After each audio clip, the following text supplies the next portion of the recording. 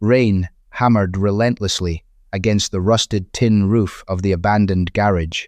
Inside, a 15-year-old boy sat shivering in a grease-stained hoodie, his bruised fingers clutching a fragile, yellowed piece of paper.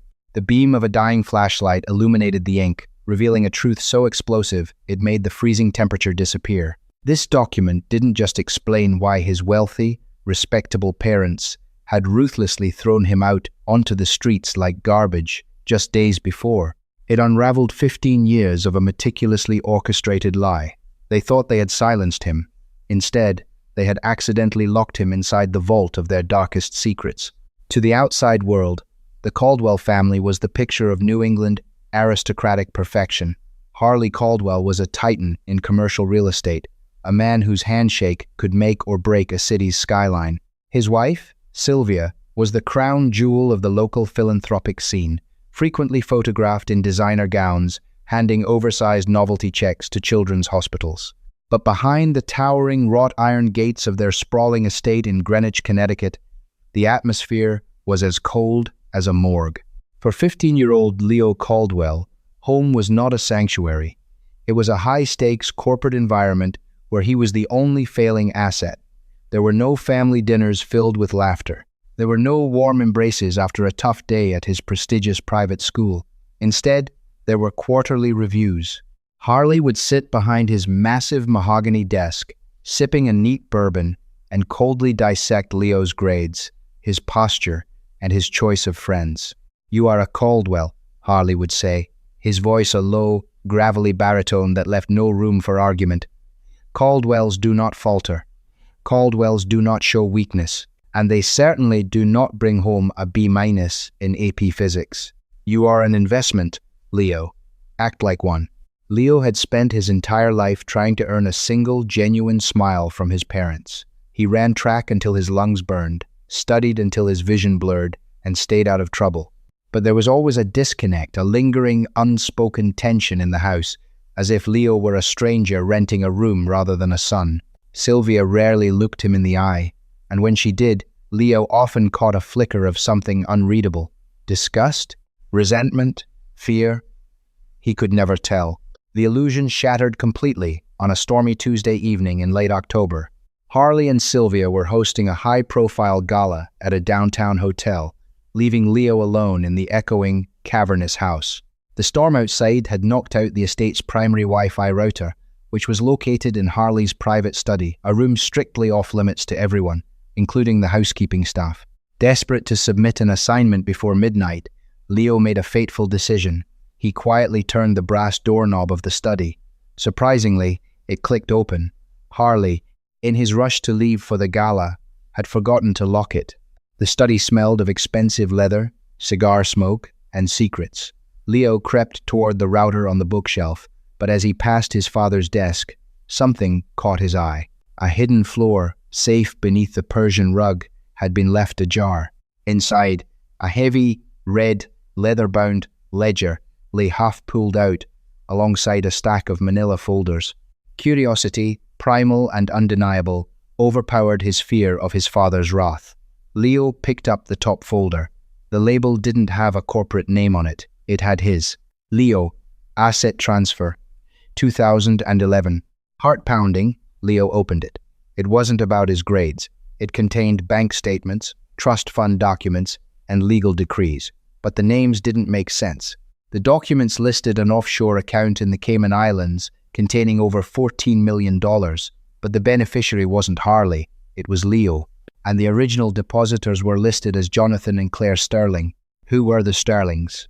Before his mind could process the implications, he heard the heavy thud of the front door echoing through the foyer, followed by the sharp click of Sylvia's heels.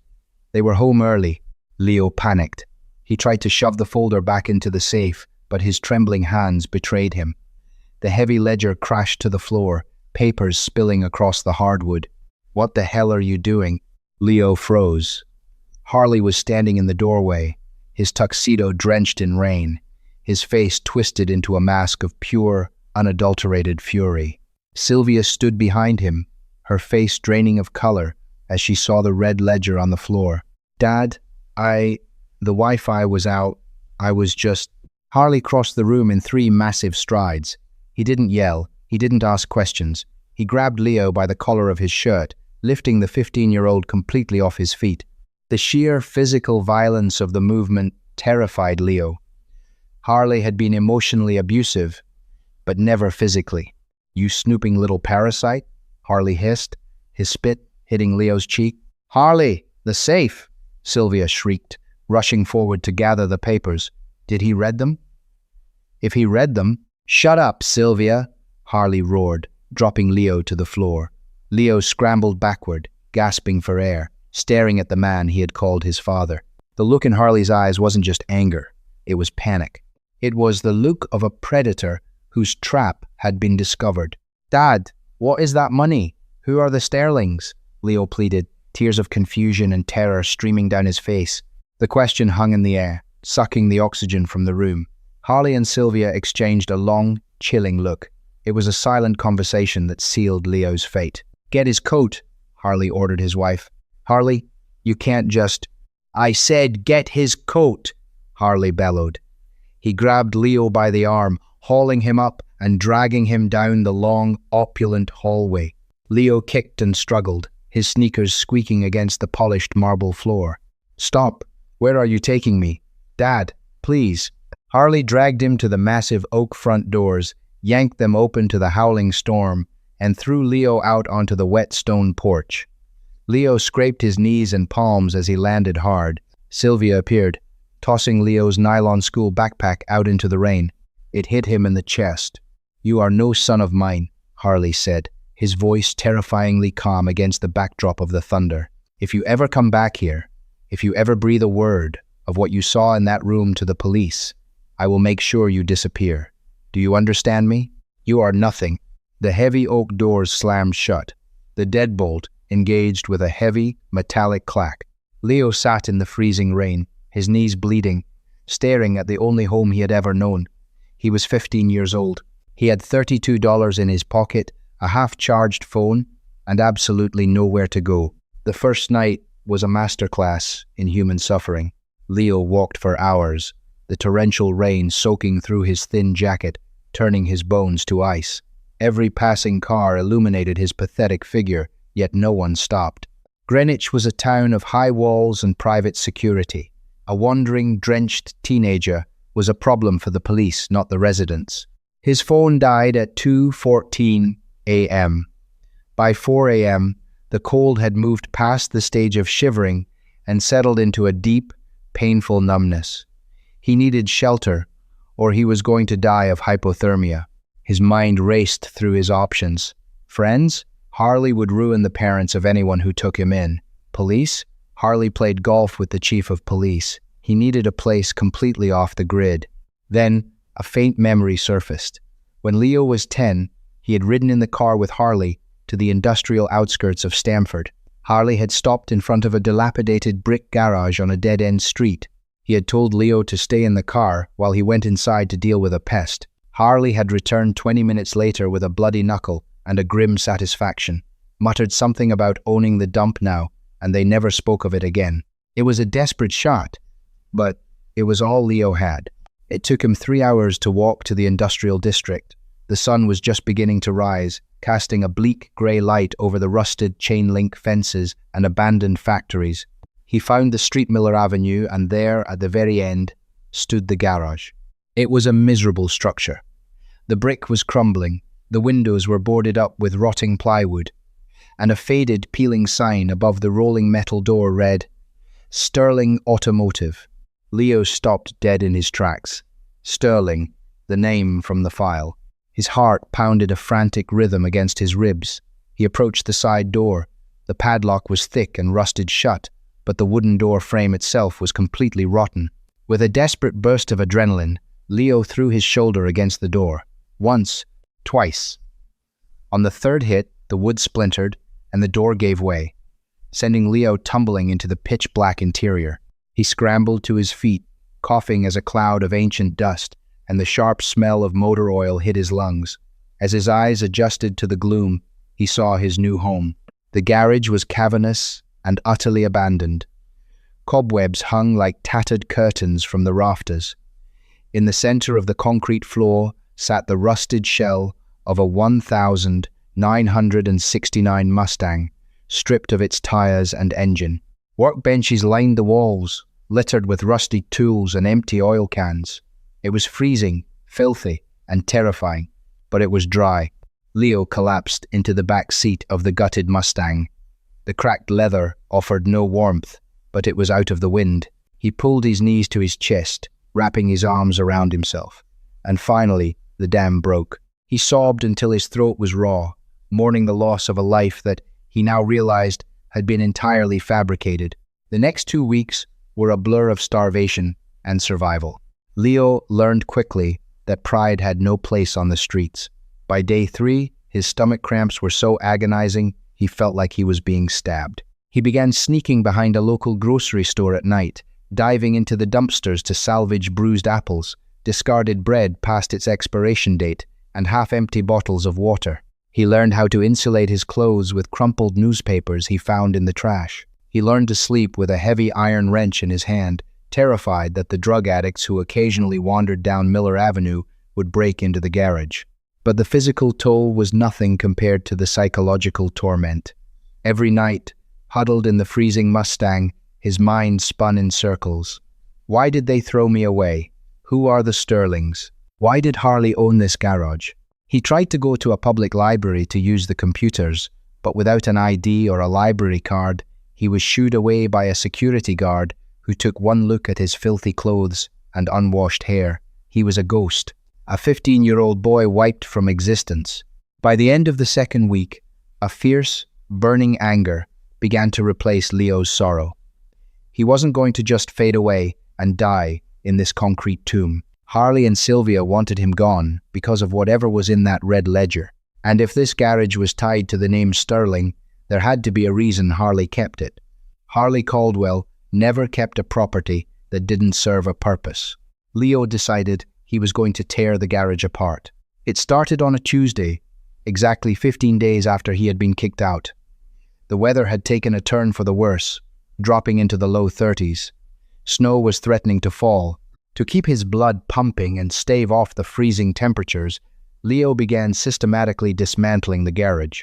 He started with the workbenches, emptying drawers filled with nothing but rusted bolts and petrified mice. He scoured the tiny, attached office, tearing down the moldy wood paneling in hopes of finding a hidden wall safe. Nothing. He checked the rafters, risking his neck to climb the structural beams, only to find decades of pigeon droppings. By the third day of searching, his hands were blistered and cut, covered in grease and dirt that wouldn't wash off. He was exhausted, running on a diet of stale bagels and rainwater. He sat on the concrete floor, leaning back against a massive, floor-to-ceiling iron tool chest that looked like it weighed a ton. Frustration boiled over. He kicked the side of the heavy chest with his boot. Clang. Leo frowned. He kicked the concrete floor next to the chest. Thud. Solid. He kicked the floor directly beneath the edge of the tool chest. Thunk. Hollow. Leo's breath hitched. He scrambled to his knees, pressing his ear to the cold, grimy concrete, and tapped it with his knuckles. There was a distinct difference in the acoustic resonance. The concrete under the lip of the heavy iron chest wasn't solid earth. There was a cavity beneath it. Adrenaline surged through his malnourished body, masking the pain of his blisters. He stood up and grabbed the sides of the towering tool chest. It was absurdly heavy, practically rusted to the floor. Leo planted his feet, gritted his teeth, and shoved. It didn't budge. He grabbed a long steel pipe from the workbench to use as a lever, wedging it beneath the base of the chest and pushing with all his body weight. With a horrendous screech of metal against concrete, the chest shifted 2 inches. Leo spent the next hour fighting the heavy iron beast, sweating profusely in the freezing air, slowly inching it away from the wall. Finally, it cleared the area. Underneath where the chest had sat for God knows how many years, the concrete was different. It wasn't a solid pour. There was a distinct rectangular outline, roughly 2 feet by 1 foot, filled in with a darker, crumbly mortar. Leo grabbed a heavy ball-peen hammer and a chisel from the bench. He dropped to his knees and brought the hammer down on the chisel, driving it into the dark mortar. It cracked easily. It had been designed to be broken. He chipped away furiously, sending shards of mortar flying into his face. After 20 minutes of frantic digging, he cleared the perimeter. He dug his raw, bleeding fingers into the crack and pulled up. A heavy, metal plate lifted away, revealing a dark, square hole in the earth. Inside the hole sat an olive-green military ammunition box. It was heavily padlocked and sealed with thick layers of duct tape. Leo hauled the box out of the hole. It was surprisingly heavy. He didn't bother trying to pick the lock. He grabbed a heavy bolt cutter from the wall and, with a massive grunt of effort, snapped the steel padlock in half. He ripped away the decaying duct tape and flipped the latches. The lid popped open with a hiss of releasing air. The box was completely watertight. Inside, there were no bundles of cash. There were no gold bars. Instead, the box was packed to the brim with neatly organized manila envelopes, VHS tapes, a small black journal, and a stack of photographs. Leo's hand shook as he reached in and pulled out the first photograph. It was a picture of a young couple standing in front of this exact garage, looking happy and covered in motor oil. The man was tall, with a strong jaw and messy dark hair. The woman was beautiful, with bright green eyes and a radiant smile. But it wasn't their faces that made Leo's heart stop. It was the fact that the man in the photo looked exactly like Leo. It was like looking into a mirror of his own future. Leo flipped the photo over. On the back, written in elegant cursive, were the words, Jonathan and Claire Sterling. Opening day, 2005. The Sterlings, the names from the red ledger in Harley's safe. Breathing heavily, Leo grabbed a large manila envelope labeled Legal. He tore it open. Inside was a birth certificate. Name, Leo Jonathan Sterling. Date of birth, November 12th. Mother, Claire Sterling. Father, Jonathan Sterling. ICE. Leo dropped the paper as if it were on fire. Caldwell wasn't his name. Harley and Sylvia weren't his parents. They had completely erased his identity. Desperate for answers, he grabbed the small black journal. The leather was soft, the pages filled with the messy, hurried handwriting of Jonathan Sterling. Leo began to read, sitting cross-legged on the freezing concrete floor, as the horrifying truth of his existence finally came to light. Jonathan Sterling and Harley Caldwell hadn't just been business rivals, they had been partners. Jonathan was the brilliant engineer and architect, Harley the ruthless financier. Together, they had secured the patents and the land rights that built the Caldwell real estate empire. But Harley was greedy. He had been quietly embezzling millions from the partnership, funneling it into offshore accounts. When Jonathan discovered the theft, he confronted Harley, threatening to take him to the authorities. Jonathan wrote in the journal that he was terrified of Harley, noting that Harley had threatened his wife, Claire, and their newborn son, Leo. The final entry in the journal was dated exactly 15 years ago. October 2nd, Harley knows I have the proof. He called me tonight, said, we need to meet at the old warehouse site to settle this. Claire begged me not to go. She says he's a monster. But I have to do this. I've put everything, the patents, the offshore account numbers, the trust fund I set up for Leo, into the lockbox. I'm burying it in the garage. If I don't come back tonight, Harley Caldwell killed me. God protect my son. Leo stared at the page, the words blurring as tears welled in his eyes. Jonathan and Claire Sterling had died in a tragic, fiery car crash on the night of October 2nd. Harley Caldwell, playing the role of the benevolent friend, had swooped in and adopted their orphaned infant son, securing legal guardianship. And by doing so, Harley had gained complete control over Jonathan's patents, his company shares, and the massive fortune he had built. Harley hadn't adopted Leo out of love. He had adopted him to steal his inheritance. Leo dug deeper into the box and found the trust fund document. It stated clearly that upon Leo's 16th birthday, legal control of the Sterling patents and the offshore fortune would automatically transfer from his legal guardian back to Leo. Leo looked at the calendar hanging on the office wall. Today was October 29th. His 16th birthday was exactly 2 weeks away. That was why Harley had thrown him out. It wasn't just because Leo had seen the red ledger. It was because time was running out. Harley couldn't legally access the money once Leo turned 16, but if Leo was missing or dead before his birthday, Harley would retain control of the estate as his next of kin. Harley had kicked him out into the dangerous streets, hoping the cold or the city would do his dirty work for him. Leo carefully placed the journal back into the military box. The sadness, the confusion, and the fear that had paralyzed him for the last 2 weeks evaporated, replaced by a cold, sharp, and terrifying clarity. Harley Caldwell had murdered his parents. He had stolen his life. He had treated him like garbage for 15 years and then threw him into the gutter to die. Leo looked down at his blistered hands, then up at the dark, decaying walls of his father's garage. He wasn't Leo Caldwell, the failing, unloved son. He was Leo Sterling, and he was going to burn Harley Caldwell's empire to the ground. The freezing temperature inside the garage no longer registered. A different kind of fire now burned in Leo's veins, hot and consuming. He spent the remainder of the night obsessively reading through his father's journal, memorizing every name, every date, and every bank account number. He watched the battery on his flashlight slowly die, reading the final pages by the pale, grey light of dawn filtering through the cracks in the boarded-up windows. Jonathan Sterling had been thorough.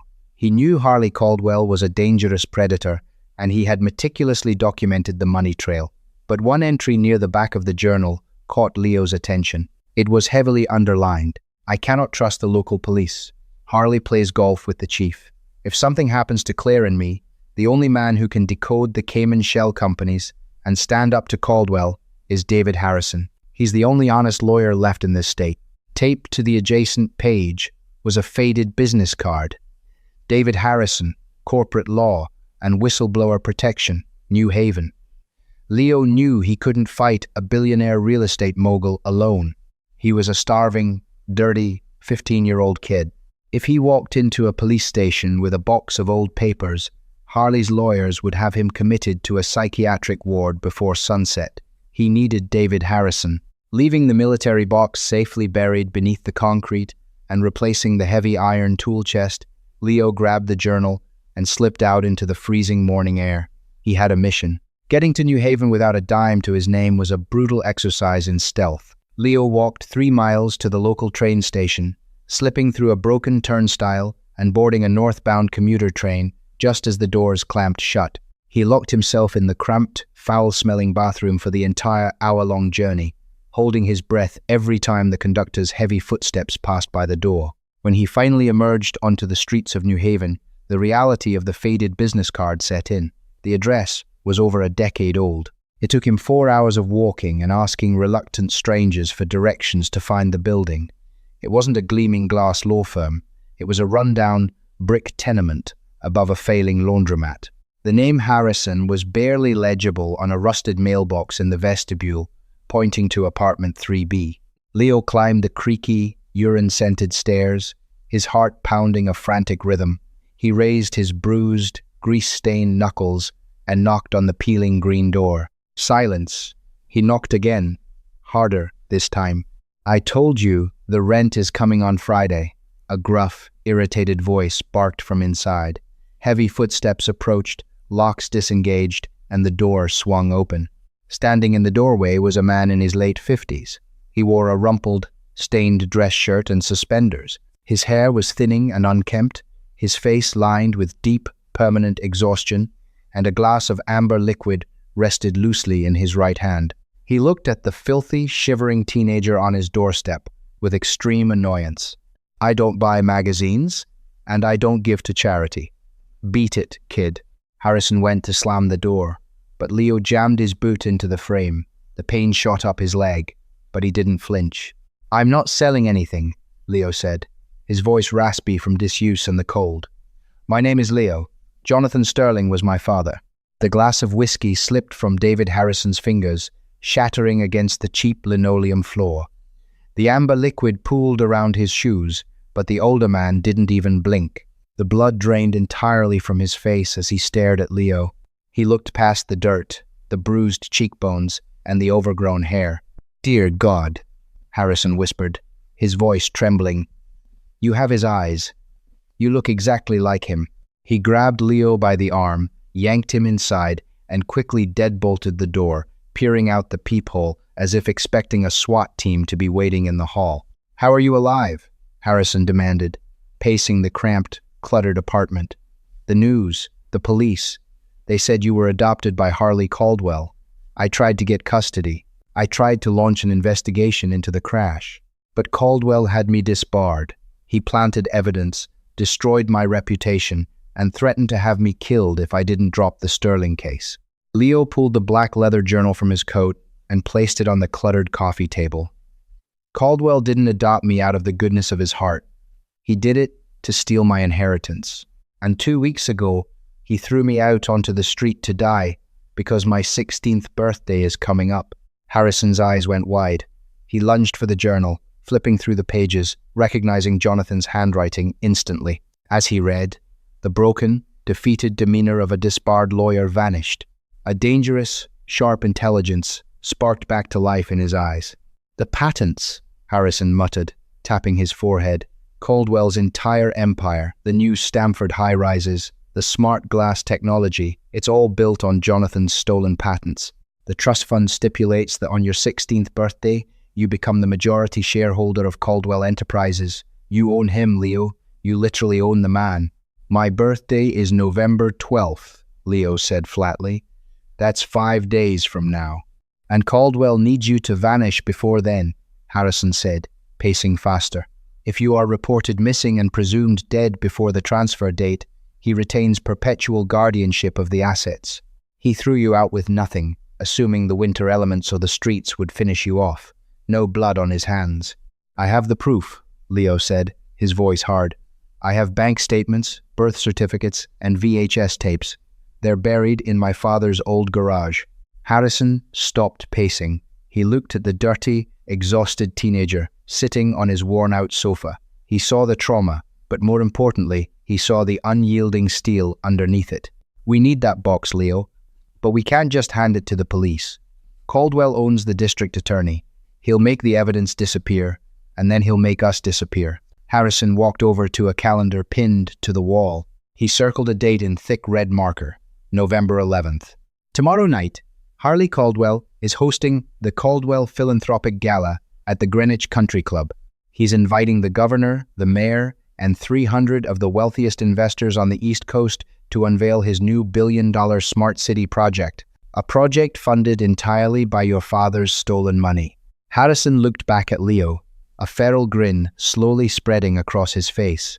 "We aren't going to the police, Leo. We're going to execute Harley Caldwell in front of the entire world. But first, we need to dig up some ghosts." The return to the abandoned garage was a nightmare of paranoia.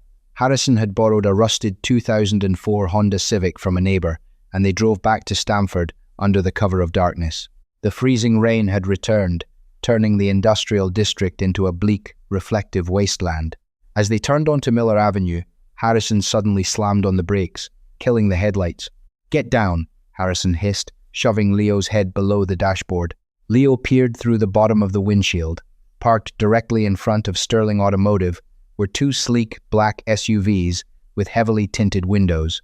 3 men in dark trench coats were standing outside the splintered side door of the garage, holding heavy-duty flashlights and crowbars. Leo's blood ran cold. He recognized the man leading the group.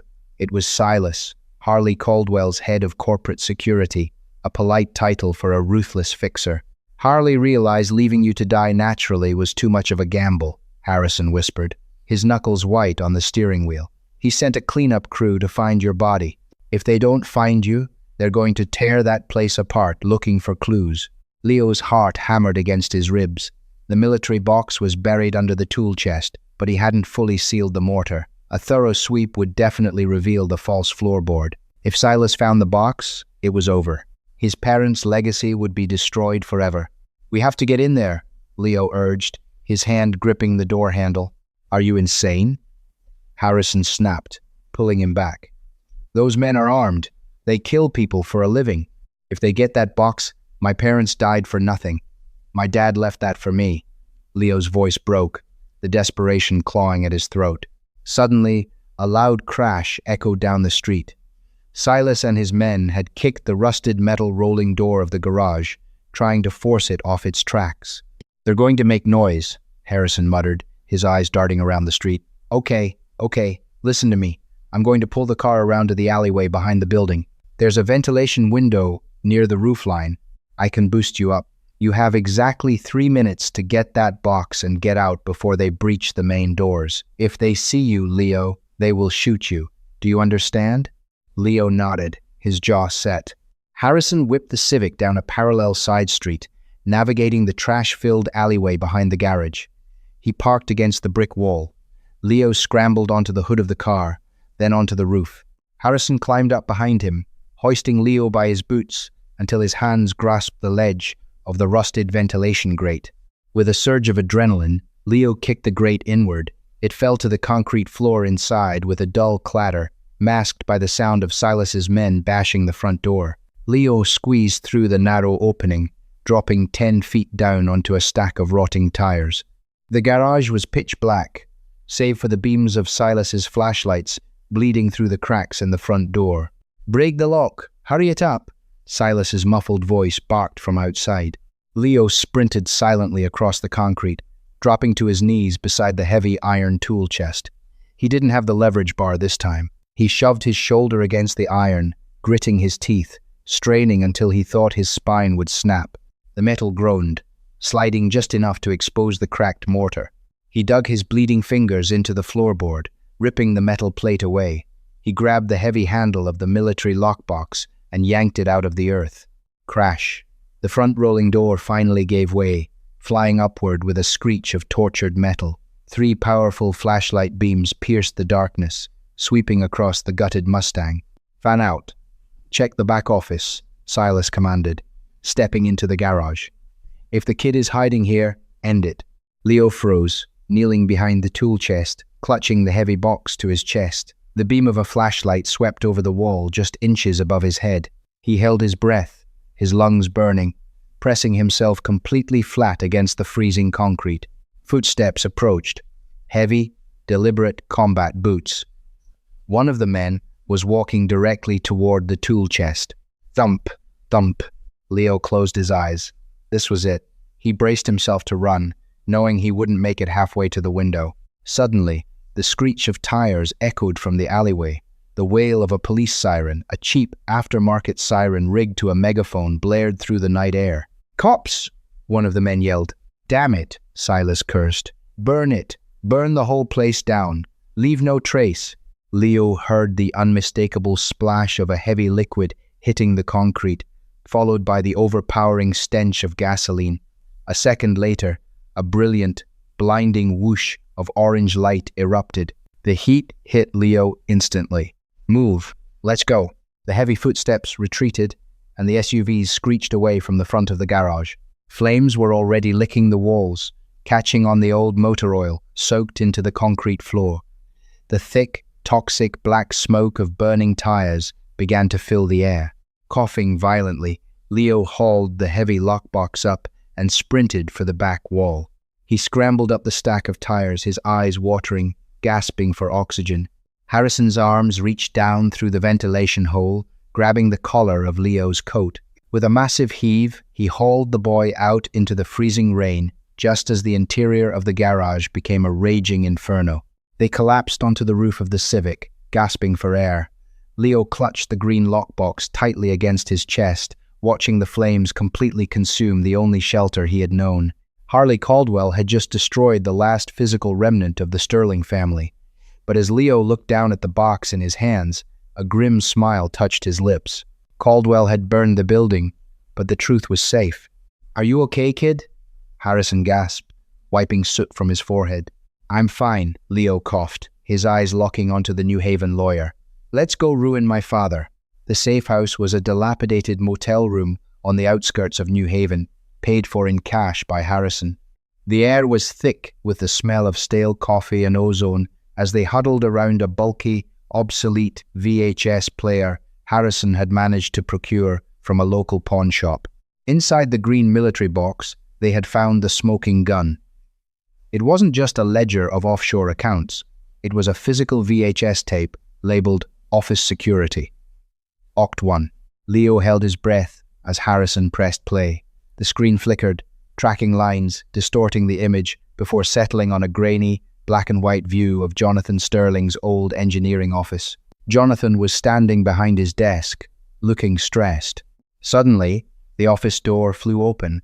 Harley Caldwell strode in, looking exactly as imposing as he did 15 years later. The audio crackled to life. "You're a fool, Jonathan," Harley's recorded voice hissed. "You think you can take this to the SEC? You think they care about a few shifted decimals? I built the Caldwell name. You just draw the pictures. You stole $20 million, Harley." Jonathan fired back, his voice shaking with a mix of fear and righteous anger. "That money was for the R&D of the smart glass patents. It was for my son's trust. I'm going to the authorities tomorrow." On the screen, Harley leaned over the desk, invading Jonathan's space. His voice dropped to a terrifying, deadpan whisper. "If you walk into a police station, Jonathan, I will make sure you and Claire take a very long, very fatal drive off a short cliff, and then I will raise your son as my own, and I will teach him to spit on your memory. Hand over the master patents." Tonight, the tape ended in a burst of static. Leo sat frozen on the edge of the cheap motel bed. He had always known Harley was a monster, but hearing the premeditated murder of his parents spoken with such casual cruelty made him physically sick. "He planned it," Leo whispered, his fists clenching so hard his knuckles turned white. "He orchestrated the crash, and then he legally enslaved me." Harrison ejected the tape, his eyes blazing with a dangerous, calculating light. "He didn't just plan it, kid. He confessed to it on tape. This isn't just corporate fraud anymore. This is murder in the first degree. But we can't hand this to the local Greenwich PD. The chief of police is in Harley's pocket, and he'd bury this tape in an evidence locker forever. So how do we expose him?" Leo asked. Harrison picked up his burner phone. "We bring in the feds, and we do it publicly, so Harley can't sweep it under the rug. I know an investigative journalist. Her name is Sarah Jenkins. She works for the New England Chronicle. Harley ruined her career 5 years ago when she tried to expose his zoning violations. She hates him as much as we do, and she has a direct line to an honest FBI director in Boston." Within 3 hours, Sarah Jenkins was sitting in their motel room. She was a sharp, no-nonsense woman in her 40s who took one look at the VHS footage and immediately started making phone calls. "The FBI will move," Sarah said, hanging up her phone, "but they need probable cause to raid a billionaire's estate, and Harley's lawyers are vicious. If we want to guarantee he goes down, we need to catch him in a public lie. We need to force his hand in front of the people he can't buy." "The gala," Leo said, looking at the calendar. "It was November 11th, tonight." "Exactly," Harrison said. "Tonight, Harley is unveiling the Caldwell Apex project, a $1 billion smart city initiative. He's presenting the architectural renders to the governor and 300 investors, renders built on Jonathan's stolen patents." "I can get you inside," Sarah said, a wicked smile crossing her face. "I have press credentials for the catering company working the event. Leo, you're going to be a busboy. Harrison, I can forge you a guest pass under the name of a reclusive tech investor from Seattle. But how do we hijack the presentation?" Harrison patted a silver USB drive in his pocket. Sarah had helped him digitize the VHS tape and the offshore bank statements. "Leo and I are going to take over the AV booth. When Harley takes the stage to steal Jonathan's legacy, we are going to broadcast this confession to the entire state of Connecticut." By 7 p.m., the Greenwich Country Club was a fortress of wealth and privilege. Valets parked fleets of Porsches and Bentleys. Inside the grand ballroom, crystal chandeliers cast a golden glow over the elite of New England. Leo stood in the cramped, bustling kitchen, wearing a stiff white shirt and a black vest. He carried a silver tray of champagne flutes, his heart hammering against his ribs like a trapped bird. Every time he passed a mirror, he barely recognized himself. The dirt and grease were scrubbed away, his hair cut short. He looked like the ghost of Jonathan Sterling, walking among his murderers. "Keep your head down," Sarah whispered as she brushed past him, adjusting her press badge. "Harrison is in position near the south exit. I've spotted Silas and his security team. They're heavily guarding the stage, but the AV booth is on the second-floor balcony. You have 10 minutes before Harley's speech." Leo nodded, grabbing a fresh tray. He navigated the crowded ballroom, avoiding the gaze of Sylvia Caldwell, who was holding court near the ice sculpture, wearing a diamond necklace that had likely been bought with his father's money. He slipped through a side door and bounded up the carpeted stairs to the second floor. The AV booth was a small, dark room overlooking the ballroom, filled with mixing boards and laptops. A single technician sat in a swivel chair, wearing headphones. Leo took a deep breath. He knocked on the open door. "Excuse me?" Mr. Caldwell requested a fresh bottle of sparkling water for the booth. The technician turned, frowning. "He did? All right, set it on the table." As the technician reached for the water, Harrison stepped out from the shadows of the hallway behind Leo. With swift, practiced precision, Harrison pressed a small, harmless, but highly effective taser to the technician's shoulder. The man slumped over instantly, completely unconscious. "Help me move him," Harrison grunted, dragging the man to a dark corner of the booth. Leo locked the door. Harrison immediately sat at the main control board, his fingers flying across the laptop connected to the massive projector screens hanging above the stage. He inserted the silver USB drive. "Okay," Harrison muttered, sweat beading on his forehead. "I'm in the system. The main presentation is queued up. I'm overriding the video output." Down below, the string quartet stopped playing. The lights in the grand ballroom dimmed, and a spotlight hit the center of the stage. Harley Caldwell walked out. He looked magnificent, a titan of industry in a perfectly tailored tuxedo. The crowd erupted into applause. Leo stood at the glass window of the booth, staring down at the man who had destroyed his life. The anger that had kept him alive in the freezing garage crystallized into pure, icy resolve. The clock struck midnight. It was November 12th. He was 16 years old. "Thank you," Harley's booming voice echoed through the speakers. "Tonight, we are not just looking at a building. We are looking at the future of urban living." The Caldwell Apex Project is the culmination of 15 years of relentless innovation. Harley pressed the clicker in his hand. "Let me show you the future." Harley pointed his remote at the massive screens. He expected a dazzling 3D render of a glass skyscraper.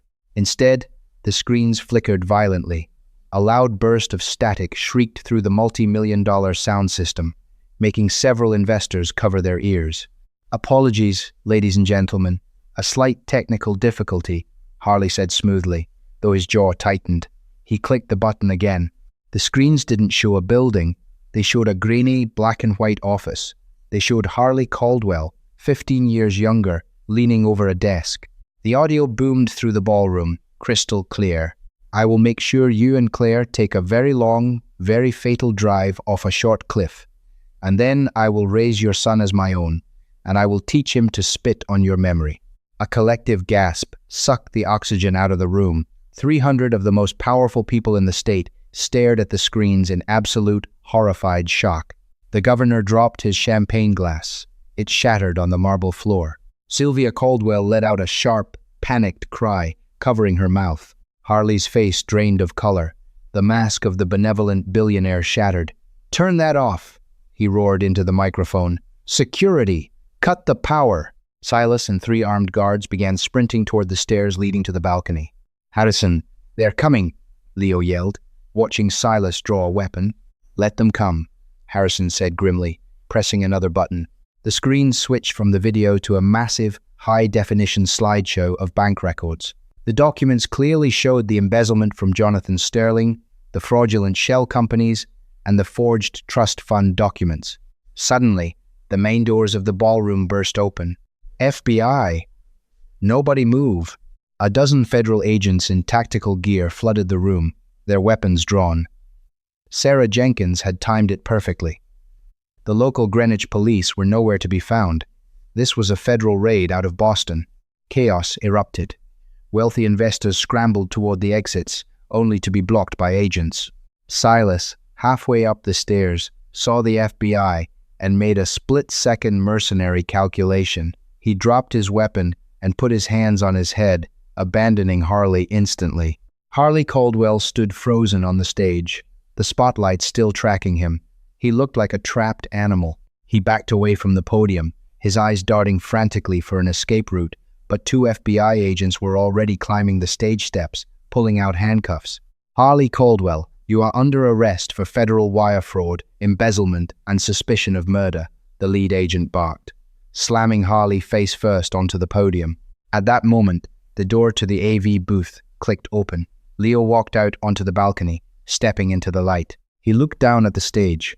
Harley, his hands secured tightly behind his back, wrenched his head up. When he saw Leo standing there, looking exactly like the man he had murdered, Harley's eyes widened in sheer, unadulterated terror. He looked as if he had seen a ghost. Leo grabbed a spare microphone from the balcony railing. His voice echoed through the chaotic ballroom, steady and filled with 15 years of repressed power. "I didn't die in the cold, Harley," Leo said, the words ringing out like a judge's gavel. "And I am not a Caldwell. My name is Leo Sterling. Today is my 16th birthday. And as of midnight tonight, I own everything." Harley tried to scream, but an FBI agent shoved him forward, marching the broken billionaire off the stage and out into the flashing red and blue lights of the waiting cruisers. Sylvia Caldwell was arrested in the lobby, weeping hysterically as her diamond necklace was catalogued as stolen property. The empire had fallen in exactly 4 minutes.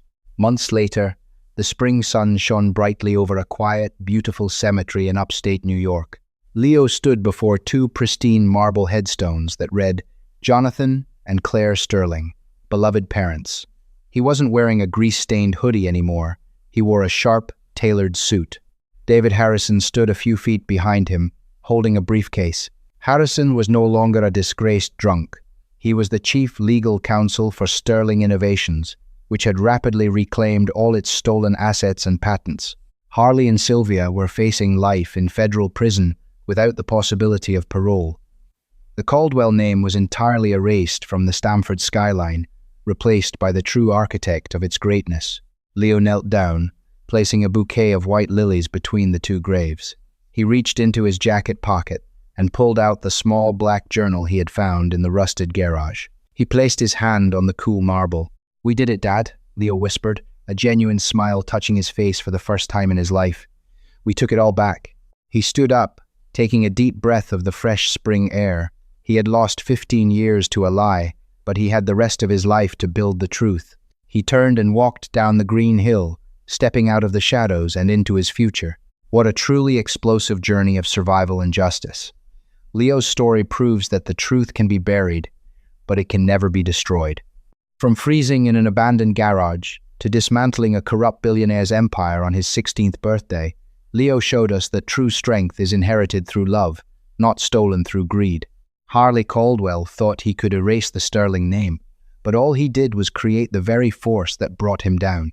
If this intense story of revenge, resilience, and reclaiming a stolen legacy kept you on the edge of your seat, you know what to do. Please hit that like button, share this incredible real-life drama with your friends, and don't forget to subscribe to the channel for more jaw-dropping, true-to-life stories just like this one. Drop a comment below. What would you have done if you found that secret box?